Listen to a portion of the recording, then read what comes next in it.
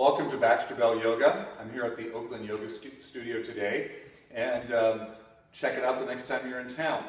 So recently at a book signing for my new book, Yoga for Healthy Aging, that I co-authored with Nina Zolotoff, someone asked if I would give some options on how to work with the arms in eagle pose. It can be a rather challenging posture in which the arms are stretched out and then the right arm is crossed over the left, the forearms are bent so that the forearms point up towards the sky, and then if possible, there's a clasp of the hands that takes place.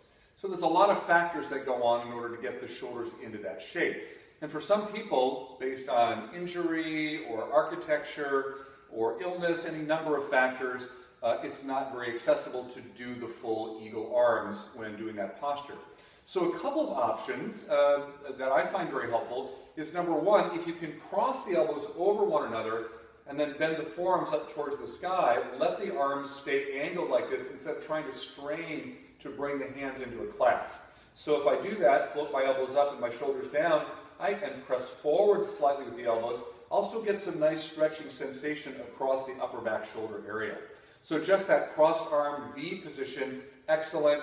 Even avoid doing this with the wrist because it really doesn't serve any good purpose. Just keep things nice and even.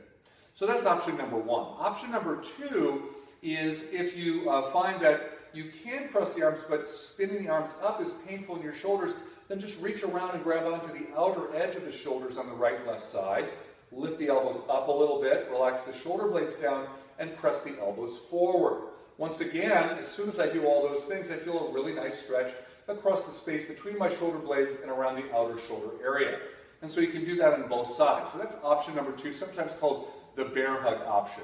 Another option is to bring one arm up into that kind of bent arm position and then just take the other hand and grab onto the forearm and draw it across the midline. So I'm not turning my chest, I'm just bringing that arm across over to the side a little bit to create a little bit of that stretch in the shoulder blade and outer shoulder area on my right side. And then after doing that for a couple breaths, I do the same thing with the left arm. Bring the right hand up, draw the left arm over while keeping the chest facing forward to get a nice stretch on that outer shoulder area. So that would be option number three. So I think that those three options will cover a lot of people out there who might find that full eagle arm position really challenging or painful or just not appropriate for where they're at right now.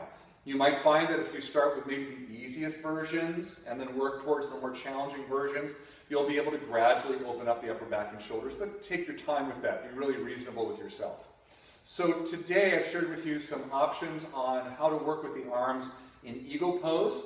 Play around with that in your home practice. Share that with somebody you know who might struggle with that a little bit and see what you think.